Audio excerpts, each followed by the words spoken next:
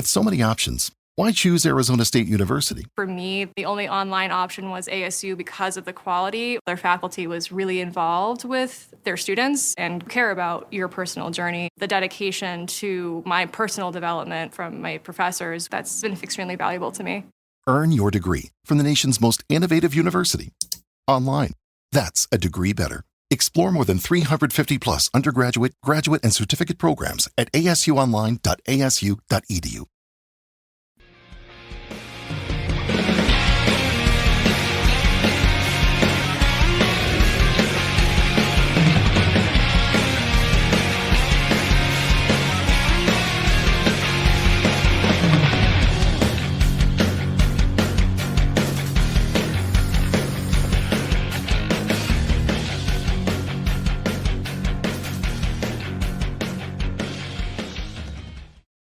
Hey, what's up, everybody? Welcome back to another episode of hopsgeeknews, your home for comic books, movies, TV shows. And today we got ourselves a fantastic episode as we are going to be talking about Fantastic Four: First Steps, the film that has been long awaited from Marvel. It has Vanessa Kirby as Sue Storm, Pedro Pascal as Mr. Fantastic, Joseph Quinn as the Human Torch, Ebon Moss-Bachrach as Ben Grimm, Julia Garner as Shala Ball, aka the Silver Surfer, and Ralph Ineson as Galactus. But first things first, make sure you go to Hopsgeek on any social media platform, any podcasting platform, like, subscribe, share, drop a review, any of that good stuff. Patreon.com/hopsgeeknews is how you can support the show. And we will be spoiling it. But first, we're going to go into what we've been reading or watching, as well as some news. It is morning time, so I know I'm drinking water. Lauren, I assume you're drinking beer. Yeah, I got a nice barrel-aged stout here at 11%. No, I actually have Hyde Street Coffee from Comics on Coffee. And I have it in my She-Hulk mug because She-Hulk at one point has been a member of the Fantastic Four. I have a comic here right here with her on it. That's yeah, good. It's got they think they went back in time and Nick Fury wants to go kill Hitler to save all the people that he lost in World War II. Obviously, that never works out. You can never go back in time because apparently Hitler is a fixed point in time in every show, movie, everything. They can't do it, or else they would do it, obviously. That's crazy. But don't worry, kids, because Dean Winchester killed Hitler. Dean Winchester. My coffee's not done. I'm focusing on partial brain power right now. Oh my gosh. Well, let's go into what we've been reading or watching real quick. So I've only got a couple for this week for comic books. I read Absolute Wonder Woman issue number 10. You know, this is by Kelly Thompson, Hayden Sherman, Jordi Belair, Becca Carey. Somehow it continues to get better. Diana has gone into the maze and she's has to save everybody almost to a fault. And it's kind of, the art gets really trippy in this. I really got to say, Hayden and Jordi stepped it up a notch. And I believe actually too, this run won an Eisner, I believe, this past weekend at San Diego Comic-Con, which well-deserved. I mean, the artwork, you know, Hayden Sherman and them have been doing incredible things. Like I said, 10 issues in, and this story continues to just get better, which is really a testament to how great they are as far as, you know, creators. Next, I did Mr. Terrific Year 1, number 3, Al Letson on the writing, Valentine DeLandro, Edwin Gallman, Marissa Louise, and Lucas Gattoni. This is obviously exploring the beginnings of Michael Holt, aka Mr. Terrific. So you've got some hints and nods to his costume coming together. Essentially, he sold his company off and he thinks they're up to bad stuff. His friend died at the hands of this company. The lady who's running the company thinks it's Lex Luthor. He's obviously cool Lex. He's denying everything as it goes on, and it ends on a cliffhanger. And also, the beginning of these issues are taking place in present day where the DC All In kicked off, which is going to lead us into some pretty cool stuff with DC's KO event, I believe. And then, you know, I read DC's new history of the DC universe. Mark Waid is on the writing. Brad Walker, Michael Allred are on there as the artists. Trish Mulville and Laura Allred are the colorists. Todd Klein letters. Chris Samney and Giovanni Nero are on the cover. And honestly, it's really easy way to flesh out. Book? Yeah. It's issue 2. History of DC? Yep. This is the new history of DC. This is issue 2, and it's starting from beginning. And right now it takes us up to the crisis where, you know, Supergirl dies and everything. And there's so many characters getting introduced, so many events getting introduced, but at no point do you feel confused. So is it like a condensed version of events that have already happened in other comic books, or is the whole new story? It's I mean, it's telling this is the canon history of DC as of now, essentially. Oh, that's cool. And Barry Allen's telling you the story. And, you know, it's start with that he's the fastest man alive, even though he's not the fastest man alive. He does. There are many others that are faster. He does start with that, of course, but it's him giving you the history and everything. And at the end of this issue is pretty cool because it's got a shot of Superman holding Supergirl because it ends at Crisis. And then he's like, oh, yeah, and I died. It's the way he says it so casually, too, with, oh, yeah, and I died, too. That was pretty cool. But this is, if you want to learn the history of all these characters, like what DC's actually, it's worth picking up. It's just maybe a little bit longer than a normal comic book. But honestly, if you're really confused as far as, you know, the history and how things and characters, pick it up, man. Pick it up. Cool. That's cool. All I've read this week. What did you get into? I've actually read quite a bit this week because I ended up spending all day sitting in the sand reading while Brielle, because it was my daughter's birthday, I took her and her friend to the beach. So I just sat there and read for a while. First, so the comics I reviewed were the current Wolverine run by Saladin Ahmed and Martin Coccolo. I'm really loving that one. This one was probably my favorite one so far. It's going into Wolverine's past, and like he's basically met up with his mother. And his mother, who's been dead for years, who killed herself when she realized she had given birth to a monster of a child. Like, you know, you see at the beginning of Wolverine Origins, like that was taken out of the comics, and that, like, you know, what have you become kind of thing in this. Who are you? Why are you this way? Like, good Lord, woman, this is your child. My dude has had quite the life, and he's not obviously like a full-on monster. I mean, he's done a lot of good. At all. It's not a monster at all, but I really enjoyed it.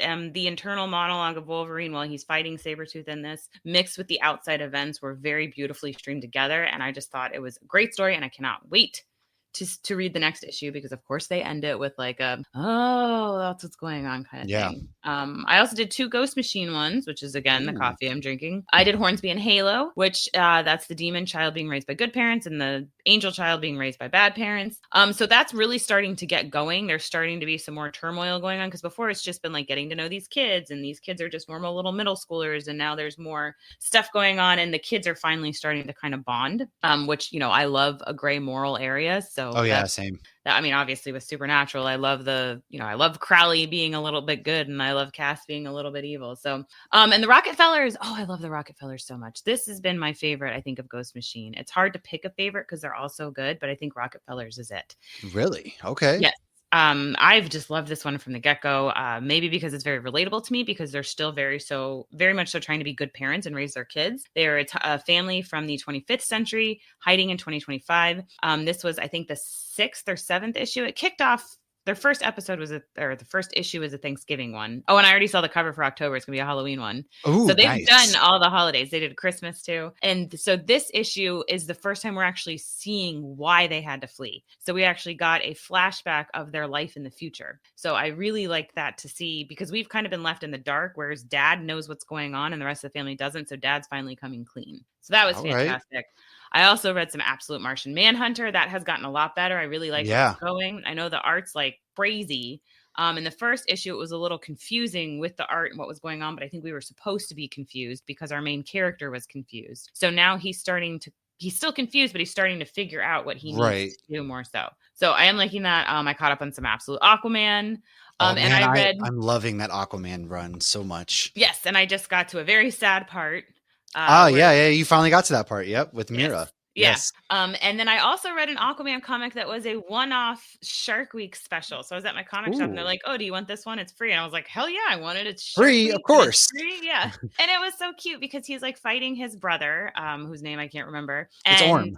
Orm, yes, he's fighting Orm, and then he comes across some Shark Week research divers, and they like help Aquaman out, and they're like kind of like celebrity, like, oh my god, it's Aquaman, I should have asked for a picture. And then he like teams up with some great whites over in Shark Alley, which is like where Josh and I did the cage diving like a million years ago there. So it was so cool to see like the little. That's South Africa, right? And it's South Africa, and I read it on the beach at New Smyrna Beach, which is the big scary shark bite capital of the world. Josh and Brielle are actually out there now. They took the paddle boards out. They're gonna go try to see some sharks, because we watched Florida Death Beach on Friday. Which how was that? It was good. So anybody watching Shark Week, there was quite a few shark bites. Their shark bites are increasing, but it's still very, very, very rare.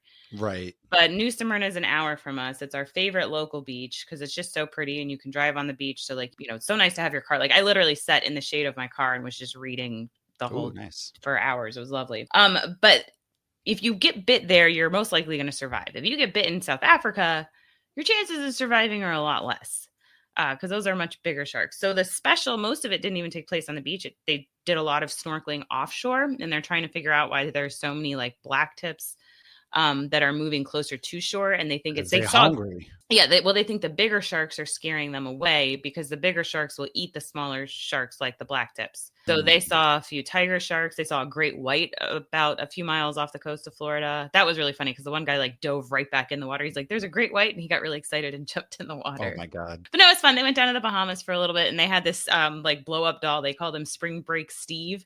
And they were trying to set him up to get attacked. Like they put a lot of jewelry on him, and they put him with like they chum the water a bit, like he's, in his float. He's in a rubber ducky float near like somebody fishing. And so they were setting it up for attack, and the sharks didn't want anything to do with him though. Interesting. That is really interesting how that all works. It's because the sharks know they're not getting paid on the camera. So, Yeah, right. I didn't watch anything else. So, I mean, by all means, what else have you gotten into reading, watching anything else? Dexter Resurrection. I'm really still liking hitting? it. Yeah, it's hitting. We met all the celebrities they announced were going to be in it. We met them all this week. You got Kristen Ritter, Neil Patrick Harris, Eric Stonestreet. Wow. What's Tyrion's real name? Oh, yeah. Peter Dinklage. Peter Dinklage and David Dastmalchian. Oh, yeah. I didn't realize he was in it too. Wow, that's kind of cool. He's in it too. He does a lot of good horror stuff, though, so that doesn't surprise me. Like, not that Dexter's outright horror, but he does a lot of that style of show or movies. But no, it's really good and really interesting where they're taking it. And, they still have Harrison around, and they're doing a lot of nods to the original show, which they didn't really do in New Blood. Right. So like they'll show like clips of things, and they're bringing up things. Which is as it kind of should, I feel like, because pay homage to where you started, I guess, even if it didn't end as we all had hoped. And they are doing that, and they have a whole new story that's never really been done before. Oh, okay. I'm liking it. If you're a Dexter fan, I say check it out. Well, Dexter Resurrection is on all the San Diego Comic-Con passes, so they are really, promoting it out there. Maybe I'll give it. I probably won't give it a chance, but who knows? Maybe I will at some point. I just, I'm still, I lied. I am working my way through Superman and Lois, which I'm on the season, obviously, where Bizarro has shown up, which I didn't remember you saying anything about it. Which to me, I was like, oh, it's Bizarro. And I like the story. I didn't like the story at first as they're doing it, but as they connected the dots between him and that cult lady, now it makes sense. And I'm like, tragic, oh, too. Okay. I'm starting to understand a little bit more. You're making me want to go back and rewatch it. So, on our recent episode, they're doing Bizarro really well so far. Yeah, but I think that how they make his story so tragic, I feel like, is why it's so good. If that makes sense. Yeah. What happened on our recent episode? So when we talked Superman TV shows, my beer picture was actually Tyler Hoechlin's Bizarro in the background. That's hilarious. I didn't even realize that. That's amazing. Shows how much I pay attention, guys. Okay. I don't know. Maybe my brain actually blocked it out of memory because it knew I was going to go and watch this. I don't know. But let's go into some news real quick. With so many options, why choose Arizona State University? For me, the only online option was ASU because of the quality. Their faculty was really involved with their students and care about your personal journey. The dedication to my personal development from my professors, that's been extremely valuable to me. Earn your degree from the nation's most innovative university. Online. That's a degree better. Explore more than 350 plus undergraduate, graduate, and certificate programs at asuonline.asu.edu. Ted Lasso season 4 is filming. There is a new first look out already, which is pretty exciting. I know there's been some chatter about that. And actually, the therapist, Sarah Niles from Ted Lasso, was in Fantastic Four, by the way. Just wanted to point that out. She was the lady who worked with Sue Storm and covered for her all the time in like the UN or whatever they were doing. But yeah, so that's out there right now. And then we got some Invincible news. I know this is exciting for you. For these next two pieces of news are pretty exciting for you. So Invincible has been confirmed for season 5, and Daryl Dixon has been confirmed for season 4, even though season 3 hasn't come out yet. That comes out next month. But the season 4 will be the last. So they're heading to Spain for season 3, I believe. So interesting. Yeah. That makes sense. You don't want to go too long, but the Daryl Dixon's road trip through the zombie apocalypse, only he's in Europe, which is kind of funny. I remember he had like that motorcycle show for a while. So this is just his motorcycle road show, but set in this universe. Peacemaker, reminder, does come out August 21st on HBO Max. Now it does take place a month after this events of Superman. There are more than 100 different worlds, alternate universes in this DCU that James Gunn has said. We might see some of them. Some of them are really kind of hellacious. And then also apparently we're going to meet some characters from Superman that are going to be in the show. So I'm pretty excited about that. Cannot wait for Peacemaker. Oh, I'm so excited. Just Yeah, absolutely killer. And I'm very curious to see how they, kind of do it all too. I am too. It is, they were kind of confirming he has a podcast recapping season 1, essentially. Took our idea, no big deal. But they're, going through and confirming like what's canon, what's not canon and everything like that. So it's not going to be confusing for you when you go and watch it. I feel like it'll still be a little confusing. It probably still will be. And Toy Story is going to be back in theaters for their 30th anniversary on September 12th, while Toy Story 5 is still set for next year, 2026. Yeah, that's all these movies having anniversaries kind of sends you in a spiral. I'm not going to lie. You just sit there and think of, wow, 30, 35, 40 years. Woof. Well, like I remember watching, because the second one came out shortly after the first one. Like I remember that being popular when we were in high school. Like we would quote Toy Story to each other all the time in high school. Like, you are a sad, strange man, or uncultured swine. We use uncultured swine. We use that all the time even now. Yeah. Yeah. I think Josh called me one yesterday. I forget why, but because you couldn't make a cake probably at first. I don't know. No, I forget what it was. But yeah, no, it's the first one's the best one, man. That's true. Yeah. So did you see that there are Superman soundtracks on Spotify there is. created by like James Gunn? There is. Yes. Mr. Terrific has one, Lex Luthor has one, Lois Lane, Superman. There's a bunch of different ones, which I think is really cool. And it actually reminds me that Peacemaker season 2's soundtrack apparently is James Gunn's favorite that he's done ever. So that James Gunn's big into music. Better than Guardians of the Galaxy? Wow. His words, not mine. Okay. His words, not mine. But yeah, you can go on Spotify and they'll essentially tell you like what's your taste in music and who they pair you up with. I don't have Spotify anymore. I use Apple Music. I know, but I haven't done it. So that's pretty cool, I thought. I did look it up, and I put it on, and of course it starts with "I'm a punk rocker." Yeah.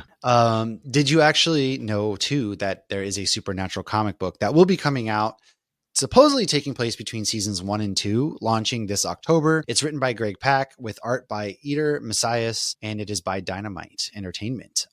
Pretty interesting. It is interesting, but a lot of people are like, for one, comicbook.com definitely made that very misleading, because people are commenting like, because they didn't say it was a comic book, they just said like Supernatural coming back. So season 1 ends with them getting hit in Baby by the truck driven by the demon John. Oh, that's right. Yep. I was like, what's happening between 1 and 2? Like I saw somebody make a joke like, oh, it's going to be Jared's dream because they're all unconscious or something. Like it's just like, well, I don't know what they're going to do. I mean, I'm going to read it. Season 2 picks up right when they're kind of waking up at the hospital and everything. Yeah.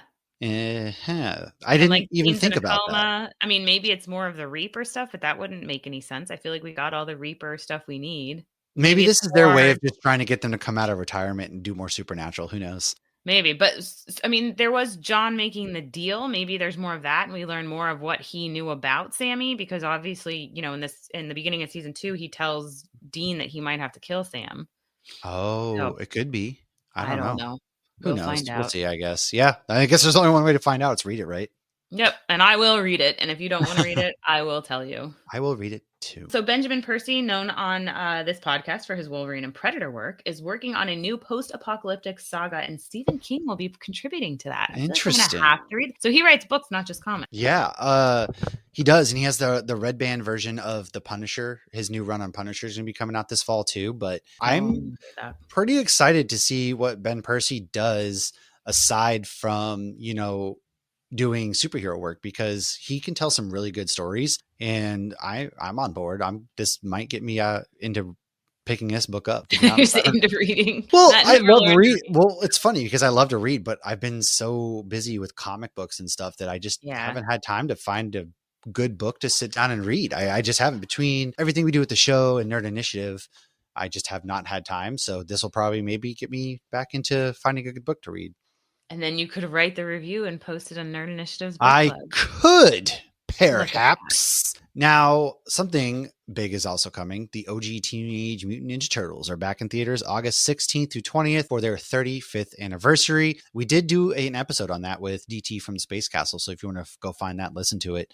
We did talk about it and paid homage to that wonderful. Yeah, I think it was back in March. But yeah, it's coming back to theater. So I will probably take the kids and go and see that, because why not, man? That's dope. Do a Pizza Hut, go to Pizza Hut and then go to this? God, nothing. No, I won't eat at Pizza Hut these days, first of all. But second of all, I do miss the days where you can go in and it was those plastic red cups. And we used to be a country, man. Okay. We used to be a real country around here. You do the all you can eat pizza buffet and get the dessert pizza? Yes. Yes.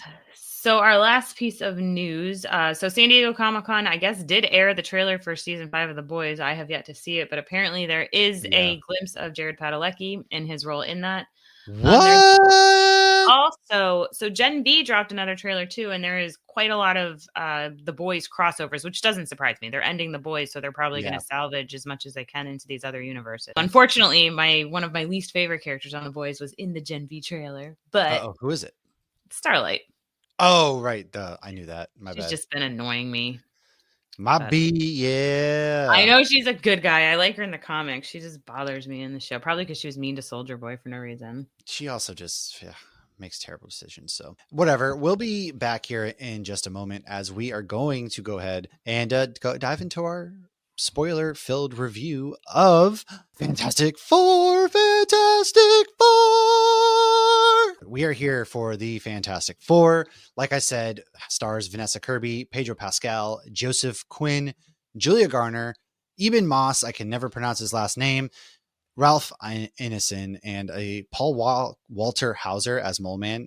Had to also put that out there too because it's from Cobra Kai. Yeah, and not for nothing, but he was kind of one of my favorites. But this takes place on Earth 828 in the year 1964. We meet our Fantastic Four.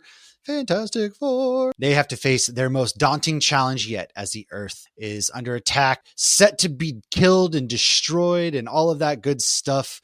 And the budget was $200 million. Its first opening weekend is set to be projected between 125 million to 150. So it's pretty solid. It's got currently 88% on Rotten Tomatoes, 7.5 out of 10 on IMDb. And we will be spoiling the crap out of this movie. So if you don't want to know anything, I highly recommend you disappear, go see the movie, come back, do whatever it is. But yeah, let's kind of break it down. This movie kicks off in a very clever way. They do a good job of getting us spun up on the Fantastic Four because they're getting ready to appear on the TV show that they always appear on.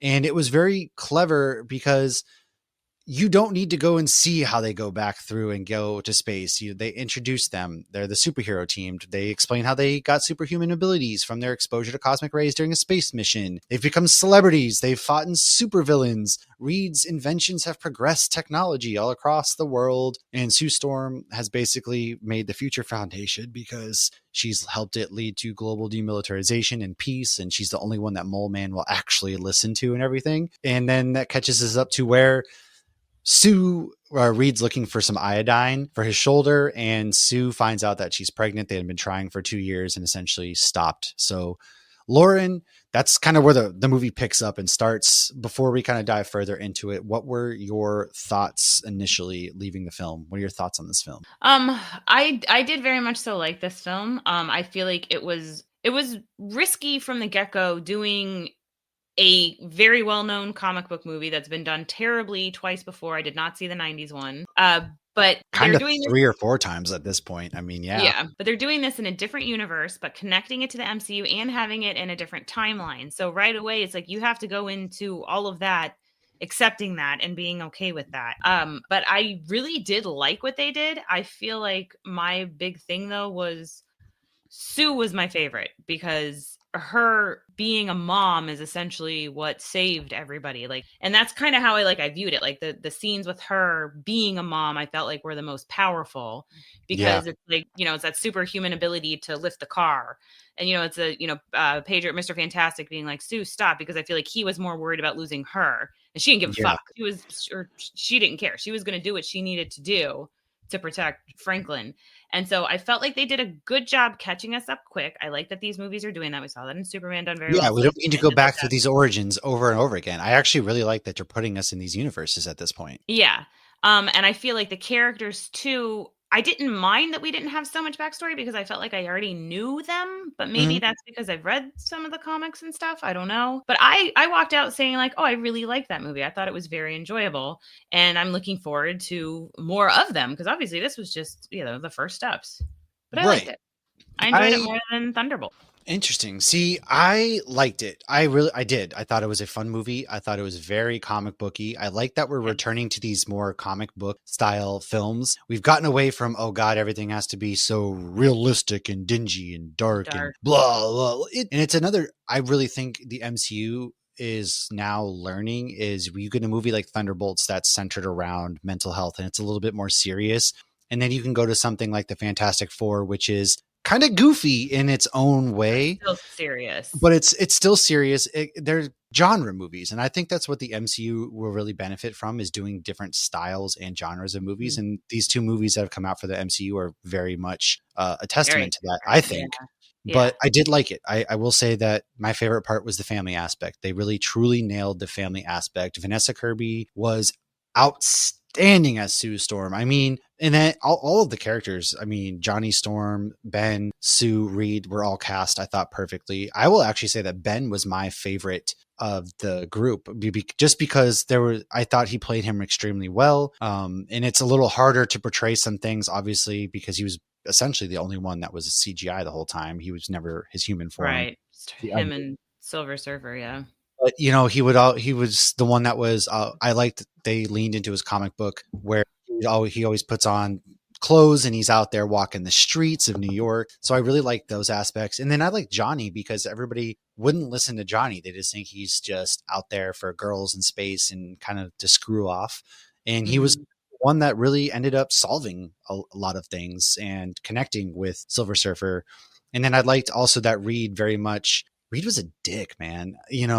He's just that I don't know if narcissist is the word, but he's too smart for his own good, because he was ready to sacrifice his child from the get-go. He was not, and he never really seemed to care about his own kid a lot in the movie. He cared obviously for Sue and everybody else, but he just, I don't really know what the right word is, but he was a complex character, which I thought was actually pretty well done. And I will absolutely agree that Vanessa Kirby, Sue Storm, she leaned into that mom mode. You saw it when she got really mad with Galactus. And then you also saw it when she brought Franklin out there to the crowd and was like, hey, this is my baby and I'm not going to sacrifice the world for trade lives. Yeah, she's like, I'm not going to sacrifice him for the world, but I'm not going to sacrifice the world. We're all going to get through this together. And I thought that was a really well done aspect of the story too. And then being that it was in 1960s, I thought added to the aesthetic of the whole thing. So I really did enjoy that. Now, I will say on the reverse side, I left the movie feeling like something was missing. I don't know what it is still. Cannot quite place my finger on it. Well, I mean, it was just an introduction, maybe because we know that we're going to get more. And like you said, this is spoilers for Thunderbolts. If you haven't seen Thunderbolts yet, you're going to want to skip ahead. Yeah. That end credit scene for Thunderbolts kind of means nothing now. But I think it honestly means more, because we all assumed like, oh, they failed and now they're coming here. And so we don't know what that means now. We don't know why they're coming. We know Secret Wars is eventually going to happen and something's going to happen, but we have more story to tell. We're going to see more before those worlds collide, literally or metaphorically. I guess you're right, because Spider-Man is going to be its contained story, and that is next July. And then we get Doomsday. So I guess I'm just curious. You're right. I think you're 100% right. We thought they were going to fail and the Earth was going to be destroyed, but then they didn't. And it fast forward to 4 years later. I know we're getting ahead with the post-credit scene. It shows 4 years later, and that's when Dr. Doom shows up. So you're like, wait a second, interesting. Mm-hmm. How does this connect to what's going on? How do they end up here? Because they laid some bits and pieces to it, because I thought it was really cool that his whole plan was hilarious. What if we take the Earth and we move it over here? And the way they set that up I thought it was hilarious. But I love that didn't work. And then they're like, okay, we're going to do this. Like, I like that their plans weren't working and they kept coming up with plans and then that one made sense. And so I really did like, and that was my issue with Thunderbolts. I feel like Thunderbolts wasn't resolved. Sentry is a ticking time bomb. Maybe if you haven't seen Thunderbolts, you shouldn't be listening to this either. Surprise. It's going to be kind of hard to talk, the newest MCU movie without talking about the most recent one before that. But I liked that they were able to solve this problem. And I liked that they had to think outside the box. And I liked that everybody was willing to take their shots. I liked that this shot, when we saw Johnny about to go, I'm like, oh, Johnny's going to sacrifice himself. That was in the comics. Yeah. And then when, for a second, when I was like, they're not going to kill Sue Storm. Like this is the first one. They're not going to kill Vanessa Kirby. And then when they were waiting for a while, I thought, maybe that's what the end credit Thunderbolt scene is Franklin or Reed going and finding another Sue Storm in other universes. Oh, that would have been crazy. Obviously he discovers the multiverse. Well, that could, I read Mark Guggenheim's book recently, and that was that's the premise of that book is his wife dies. So he discovers multiverses to go find his wife in a different timeline. So maybe that's what put the idea in my head. Great book, by the way, if anybody wants to check that one out. He's also currently writing Wolverine and Spider-Man and Wolverine. Well, actually, that is a good point because you're right. They do lay Easter eggs out there for multiversal travel because, after the Silver Surfer comes to Earth and is like, your Earth has been marked for destruction. Have a great day. And disappears. It was like the guy from Endgame. What is it? What's his name? Not Ebon.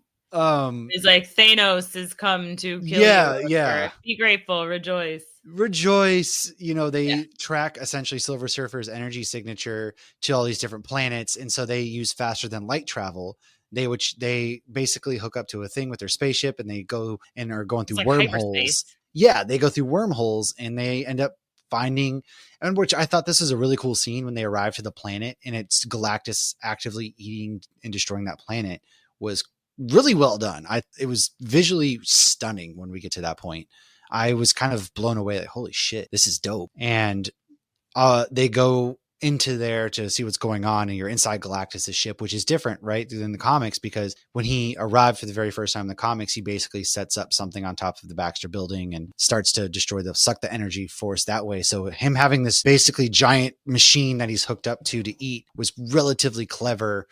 And they go and they're talking to him. And I thought Galactus's first appearance was pretty menacing. I mean, they don't know what to expect. They show up, they leave Earth. Everybody's hopeful. Yeah, Fantastic Four. They're waving their big Fantastic Four flags. A 9-month pregnant woman into space. Yeah. That I didn't care for. She's going to be fine. Really? However, there wasn't even a discussion about her going. It was just known she's going. She's good. And the G-forces on this poor child. She can't even go on an airplane in the last. But so I do wonder though, like Franklin's powers, obviously he's got 2 super parents, so that makes sense. But were some of his powers though increased by him being in space, by him being exposed to Galactus and all these other things? Like, did that increase his powers, or was he just already going to be super baby? Like, I also feel like he didn't need to be born in space. So I am interested too, because essentially Franklin Richards is a powerful being. He has vast reality manipulating and psionic powers beyond most Omega level mutants. He's the son of Reed and Sue. He's the older brother of Valeria Richards. He's the nephew of Invisible Woman's younger brother, the Human Torch. We know all of this. And,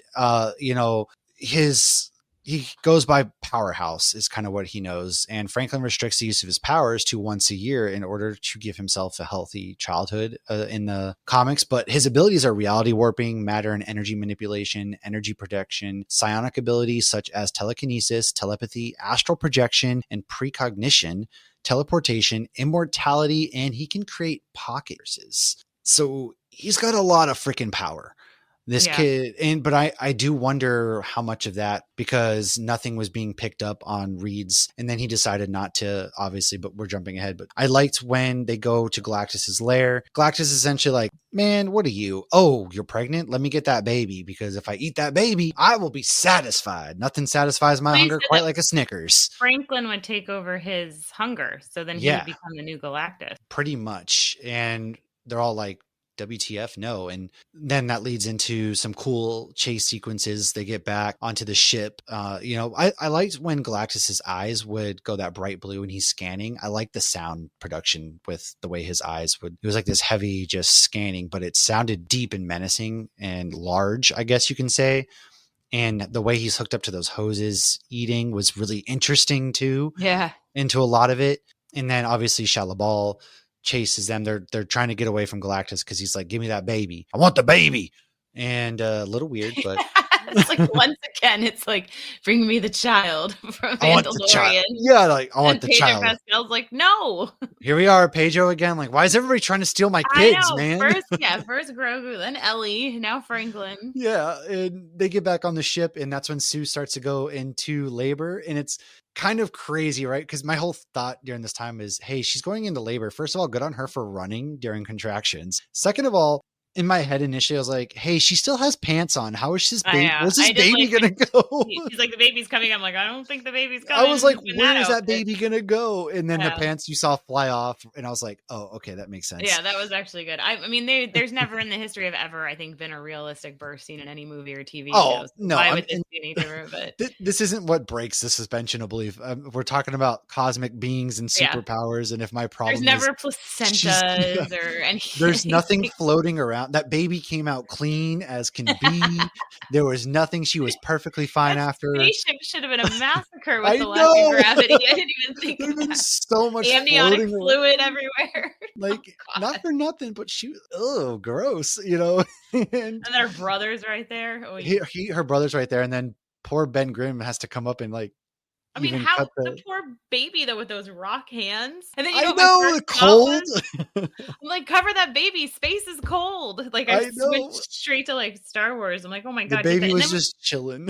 And then she had the baby in the snow without a hat on. I'm like, put a hat on that baby. Yeah, she was not covering. For as good as a mother she was, she also was like wolf. And then she's perfectly fine after. Obviously, she makes the ship go invisible, which I thought was cool, and they end up trapping Shalabal into the wormhole there, the black hole, I should say, cool. And just which like, I thought was a really cool scene. Yeah, and focus between contractions. That was really cool. Yeah, and I thought that the way they had the transparency, so I thought they did their powers really well, especially Sue's and Surfer's. You know, the way. I liked when she showed the baby too. That was cool. Oh, that was really cool too. Yeah. I thought that was really well done. And the baby was AI CGI. I didn't realize that until I had to look it up. They like de-aged a baby, I guess, and then also used a lot of CGI and things, which was really interesting. Wow. I see. I assumed Vanessa Kirby got pregnant right after because that baby was so freaking cute. Right. Well, and then you told me it was CGI. I mean, you can see it in some parts because when Reed goes to hold the baby and place, Franklin on top of her after she dies, you can see that it's not quite lining up. There's some wonky CGI there, which you're never going to be 100% perfect. Like, I'm not a CGI master by any means. And so I can't. Yeah, but what were you saying with Silver Surfer? I cut you off. Oh, I was just saying, like, her powers I thought were cool. The way they showed her transparently coming into the ship and then they blast away, or the way she got sucked into that wormhole. I think probably my biggest issue was they very loosely dabble into her backstory. And then she doesn't really I was thinking she didn't play a big part, but she really does. She's constantly chasing them around. I guess I wanted more from Silver Surfer in a way. Silver Surfer ends up helping them battle and has more monologuing. And that's just me probably having higher expectations. Not for nothing, she did sacrifice herself to push Galactus into the hole at the end. So she really did end up helping them. But again, I think that was just me. I think yeah, because I do think that I guess the villains, I was a little whelmed by the villains overall. I wanted a little bit more from Galactus. I wanted a little bit more from Shalabal. I think that's my problem. Not that it takes away and it's a bad movie overall.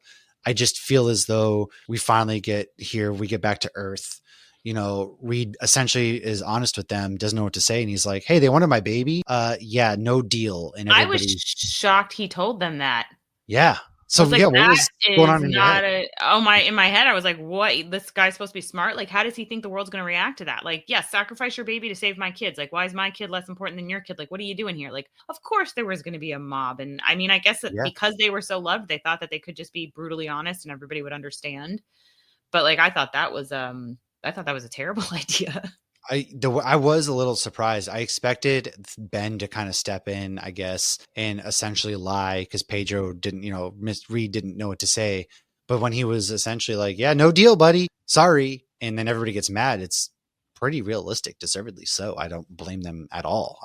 What do you think you tell the world? That to them, it's this stupid baby, right? Wow, you guys are superheroes. Few to save the many, kind of thing. Yeah, it's one of those things. Would you sacrifice one to save the world in this case? And to them, no, because they had been trying to have a baby, and their baby is their world. Yeah. Well, and I liked when Shalabal was going after them and Sue's in labor and she yells at Johnny, kill her. I loved that. That was a good scene too. Yeah. I was like, yes, because it's like, it sounds terrible. I'm so sick of these heroes that like won't do what needs to be done. And Johnny kind of looked a little surprised and she's like, she's trying to kill your nephew or take your nephew. Like, go kill her.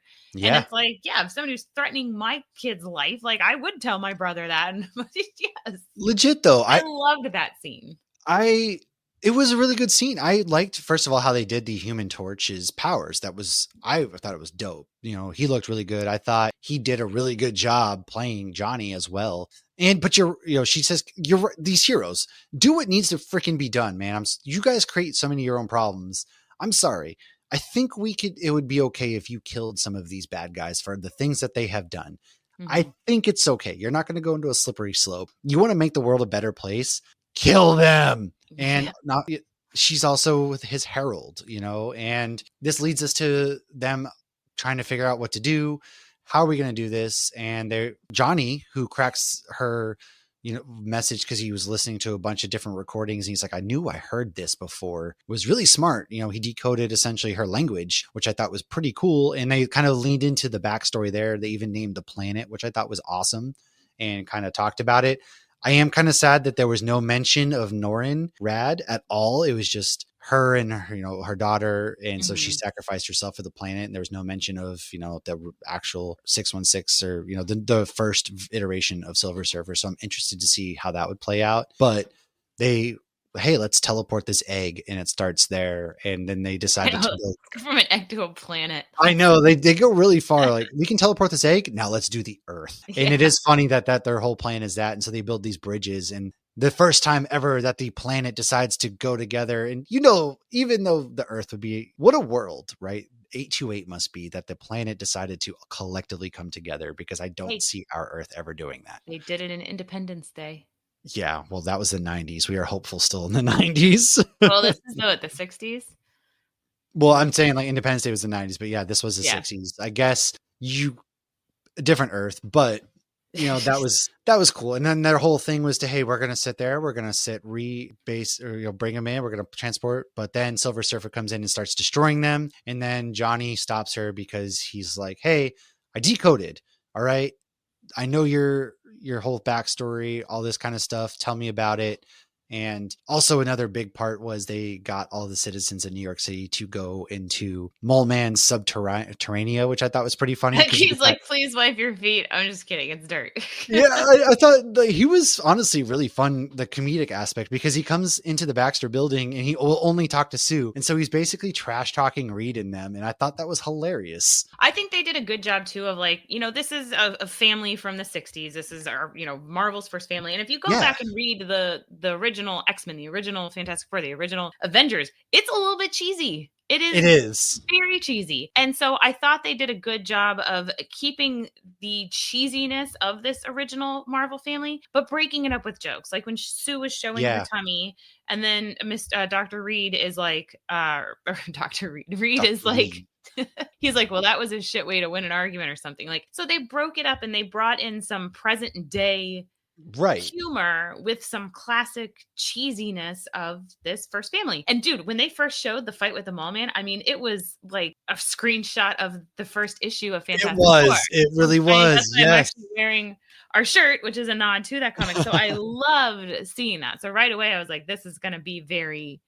classic comic book. That's the good thing again, is the modern day comic books are kind of leaning into that cheesiness of the lore, because comic books are inherently cheesy. They really are. But no matter how, serious the story may be, there's always cheesiness to them. It's always kind of ridiculous. So I thought that was really cool. They really did. Talking third person a lot, which Johnny was doing. And then is Johnny talking to himself in third person now? I love when Johnny talks in third person. But I think there was a time when we needed the dark comics, because you needed to bring in people like myself who had never picked up a comic book. So it needed to be grounded. And it still needs to be grounded, but it can be cheesy and grounded. And I feel like this movie did that well. They played with some really heavy undertones while, they really did. And they kept that 60s. I think the 60s aesthetic plays into how cheesy it is, but also being serious. Galactus is coming to eat a baby. There you go. Pretty much. A lot of people are going to die. Really stretching Mr. Fantastic. That was okay. Yes. So now Galactus comes to Earth because they put Franklin right there, and they're going to trick him in, and they're going to teleport him basically to where he can't touch anything for millions of years. And he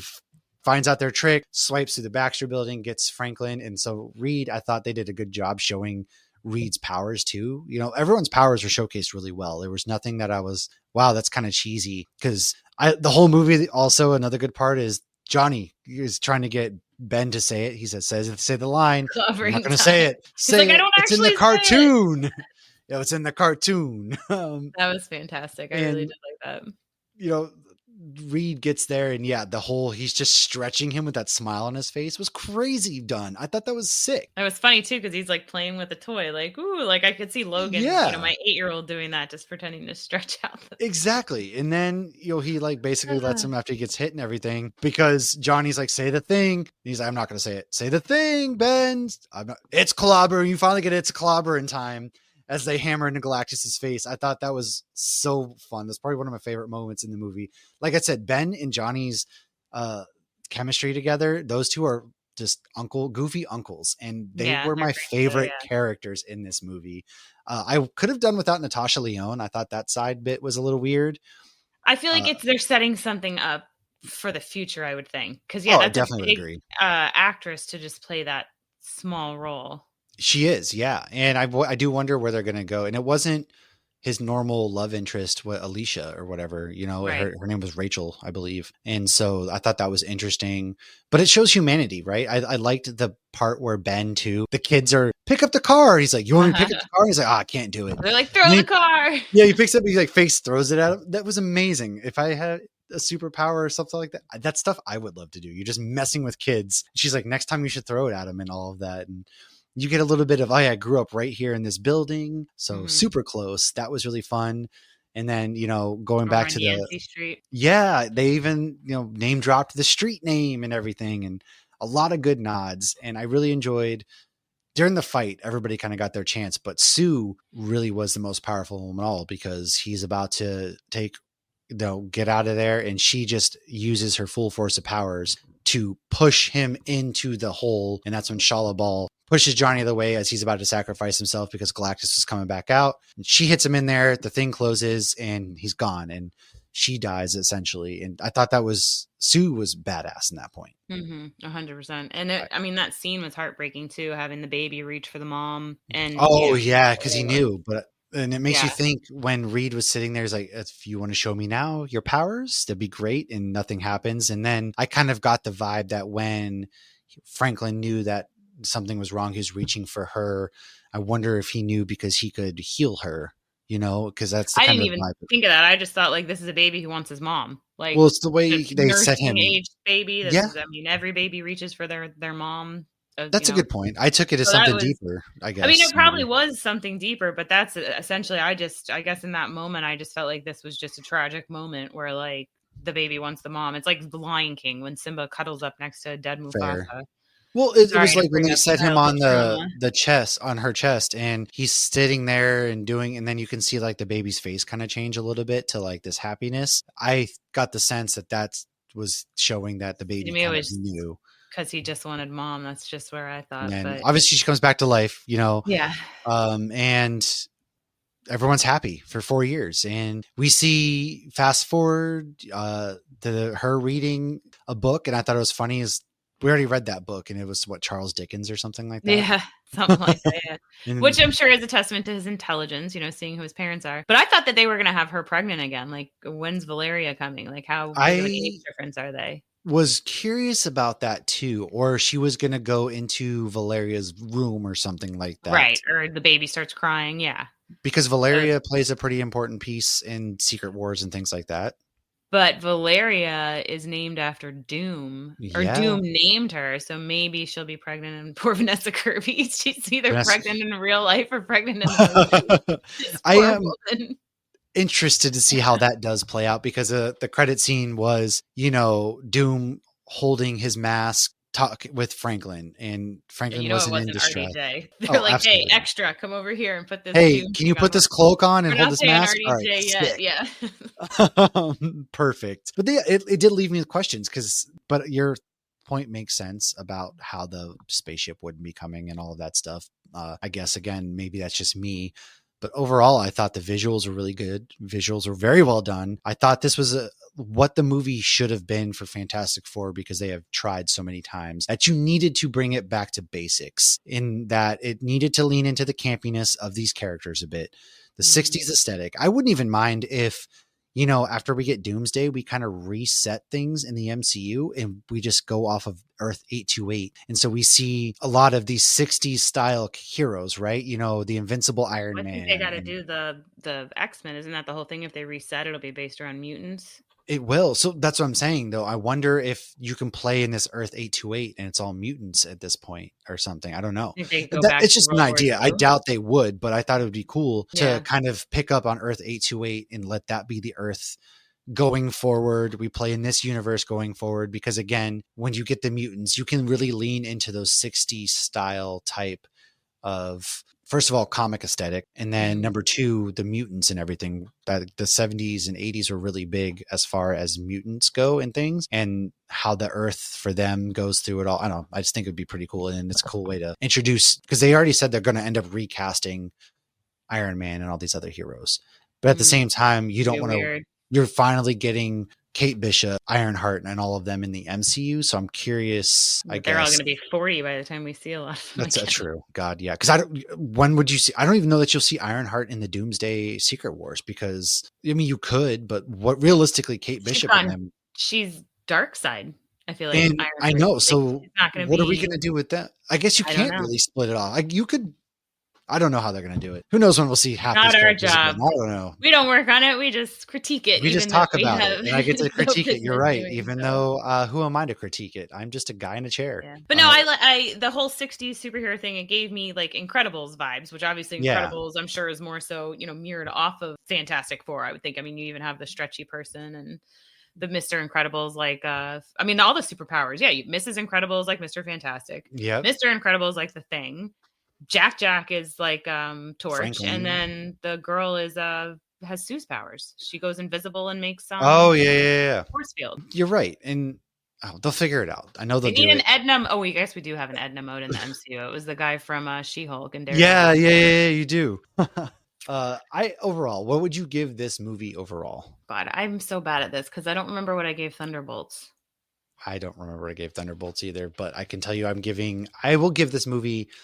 I might get flamed a little bit. I'm going to say, it's weird. I'm going to say about an 8 out of 10 for this movie for me. I was going to say 8 out of 10. I think so we both kind of agree 8 out of 10. Again, I think it's more of like personal. I was hoping for something just a little bit more, and that's just me. But we got a lot. This movie was still really good, and we're always going to get more. And it's a building block, and it felt good to be in their own little universe for a change. So it's just me and my own personal thoughts and stupid opinions that nobody really cares about. So, well, and I also feel like with MCU movies, we're so quick to judge it based on one single movie when there's no such thing as one single. It's like judging issue 2 when there's 10 issues, and without a doubt, things pay off. They pay off, man. It's like, look how good Shang-Chi was. We wouldn't have gotten Shang-Chi without the BS of the Mandarin before. And I feel like we really had to be patient through 9 years to get to Endgame. So it's all about patience and seeing how these stories play out. It's like comic books, and each issue wants you grabbing more. And I left wanting more of the Fantastic Four.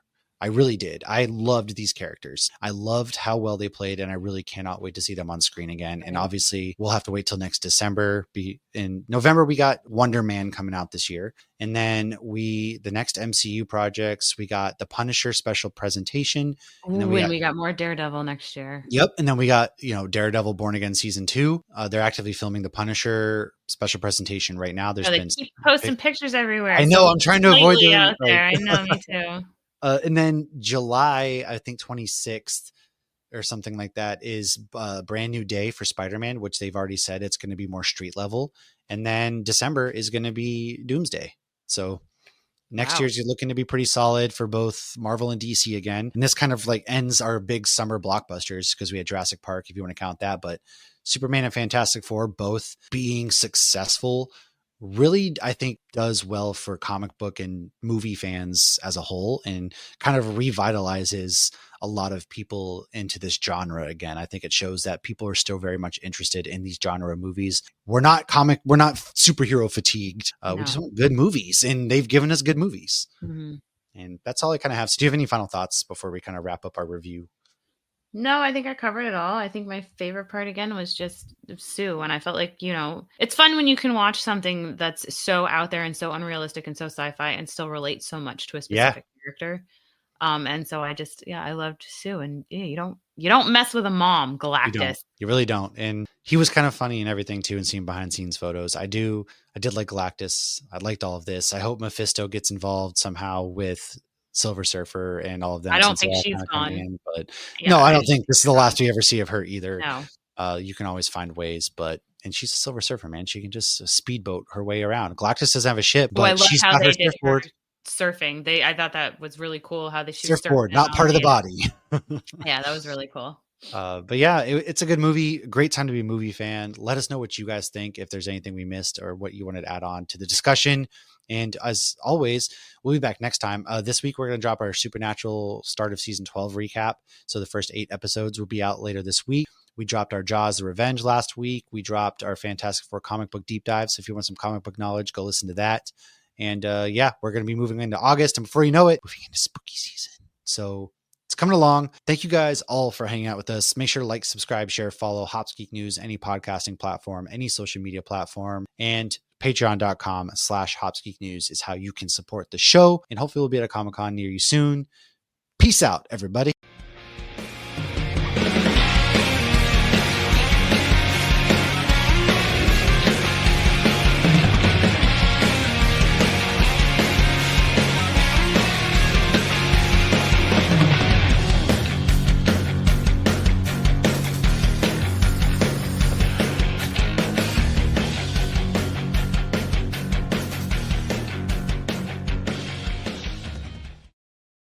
Sick. I'm going to send